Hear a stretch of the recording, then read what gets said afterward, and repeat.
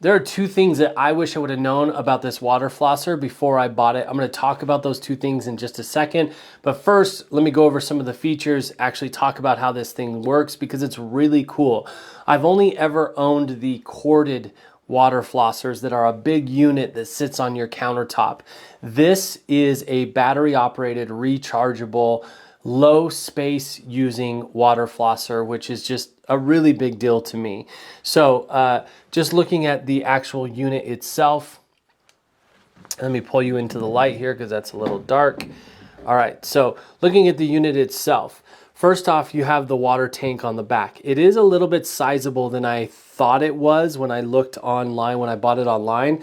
That's one of the things I wish I would have known. So you could see it compared to my hand. So it does take a little bit of room inside your drawer, but it's a better alternative from my perspective than having some big unit on my countertop. As you can see, we don't have a huge bathroom with a lot of countertop space. So countertop space really can't be used for a water flosser. But the water tank is right here. It's really easy to remove from the unit. In order to fill or clean or do whatever you want to do, you just pop that little straw back in the unit and slide it on in order to get it to go back on. You can also fill it without removing it from the unit if you want to, which is just by opening that little door right there and you can put water in. I'm actually going to do that right now. So since we're going to demonstrate how to use this thing. And it holds a decent amount of water. Like, we're not refilling this every single time we use it. So now you can see I got the water in there. I just have the water level about right there. That's totally fine. Now on the front side of the unit, you have this little rubber door right here. Do not lose this. This is what makes the unit watertight, and this is where you charge it, but it's also what makes the unit watertight, like especially if you're filling it without taking it off the unit. As you can see, I got some water on there, and this is what's going to protect it from shorting out and being damaged by the water. So make sure you don't lose that little rubber. I do wish they would have attached it to the unit somehow so that there's a less chance of losing it.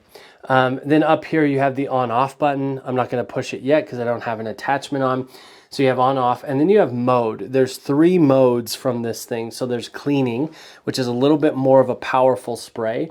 And then there's soft, which is if you have sensitive gums or that sort of stuff, it just reduces the pressure a bit.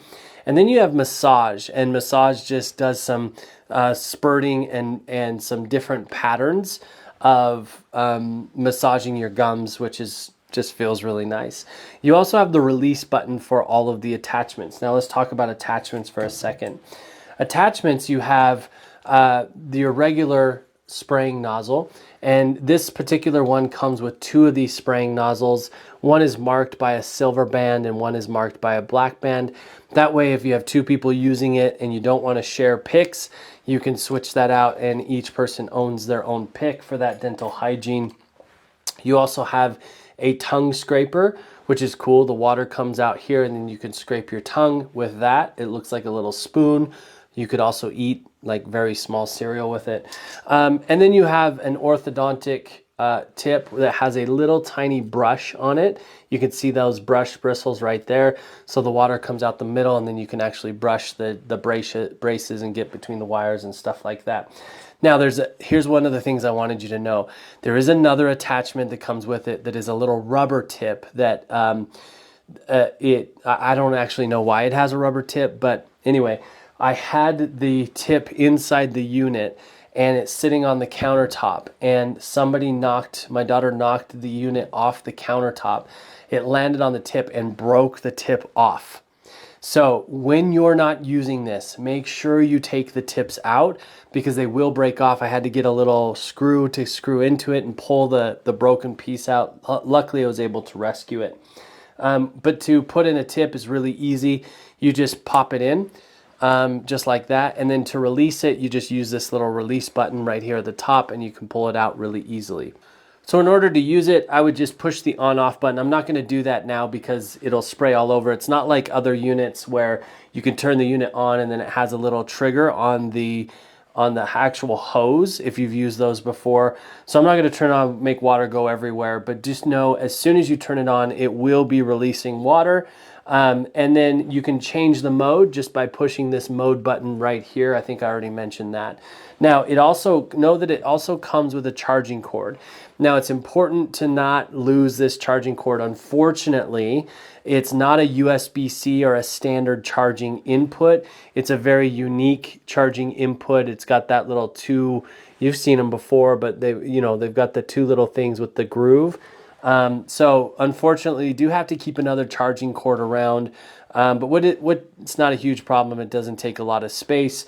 And then obviously you'll need a charging brick if you're plugging it into the wall here to charge the unit. It takes about an hour to get a full charge out of it, and then we don't charge it for weeks. It lasts a really, really long time. So we've absolutely loved having this as a more portable unit, something that doesn't take as much space in the bathroom, and I hope you like it as much as we do. Peace.